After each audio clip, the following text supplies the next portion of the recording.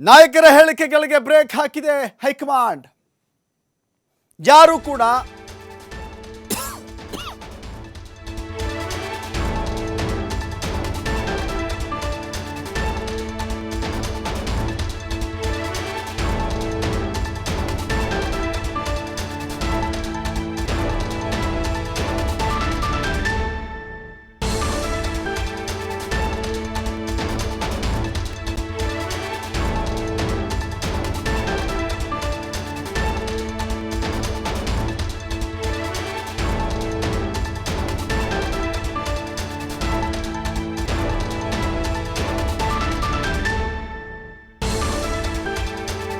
ಪರ ವಿರೋಧ ಹೇಳಿಕೆಗಳನ್ನು ನಾವು ನೋಡ್ತಾ ಇದ್ವಿ.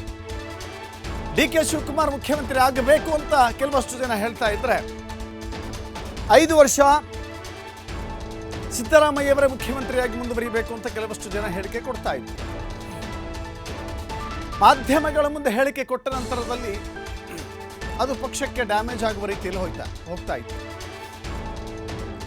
ಪಕ್ಷಕ್ಕೆ ಡ್ಯಾಮೇಜ್ ಆಗಬಾರ್ದು ಅಂದ್ರೆ ನಾಯಕರ ಹೇಳಿಕೆಗಳನ್ನು ಕೊಡಬಾರ್ದು, ನಾಯಕರು ಹೇಳಿಕೆಗಳನ್ನು ಕೊಡಬೇಡಿ ಅಂತ ಹೇಳಿ ಈಗ ರಾಜ್ಯ ಕಾಂಗ್ರೆಸ್ ಉಸ್ತುವಾರಿ ಸುರ್ಜೇವಾಲಾ ಸೂಚನೆಯನ್ನು ಕೊಟ್ಟಿದ್ದಾರೆ. ಯಾರು ಕೂಡ ಹೇಳಿಕೆಗಳನ್ನು ಕೊಡಬೇಡಿ, ಇದು ಪಕ್ಷಕ್ಕೆ ಡ್ಯಾಮೇಜ್ ಆಗುತ್ತೆ, ಪಕ್ಷಕ್ಕೆ ಮುಜುಗರ ಆಗುತ್ತೆ. ಇನ್ನೊಂದು ಕಡೆ ತಮ್ಮ ಬೆಂಬಲಿಗರೇನಿದ್ದಾರೆ ಆ ಬೆಂಬಲಿಗರಿಗೂ ಕೂಡ ನೀವು ಸೂಚನೆಯನ್ನು ಕೊಡಿ. ಸಿಎಂ ಹಾಗೂ ಡಿ.ಸಿ.ಎಂ ಜೊತೆ ದೂರವಾಣಿ ಮೂಲಕ ಮಾತುಕತೆಯನ್ನು ಮಾಡಿದ್ದಾರೆ. ತಮ್ಮ ಬೆಂಬಲಿಗರ ವಿಷಯ ತಿಳಿಸಬೇಕು ಅಂತ ಹೇಳಿ ಸೂಚನೆಯನ್ನು ಕೊಟ್ಟಿದ್ದಾರೆ. ಜೊತೆಗೆ ಖರ್ಗೆ ಅವರ ಸೂಚನೆಯ ಮೇರೆಗೆ ಈ ಇನ್ಸ್ಟ್ರಕ್ಷನನ್ನು ಕೊಡಲಾಗಿದೆ ಅನ್ನೋದನ್ನು ಇಲ್ಲಿ ಗಮನಿಸಬೇಕಾಗತ್ತೆ. ಸೊ ಅಲ್ಲಿಗೆ ಕರ್ನಾಟಕದಲ್ಲಿ ನಡೀತಿರುವಂಥ ಪವರ್ ಶೇರಿಂಗ್ ವಿಚಾರದಲ್ಲಿ ಇದು ಹೈಕಮಾಂಡ್ಗೂ ತಲುಪಿದೆ.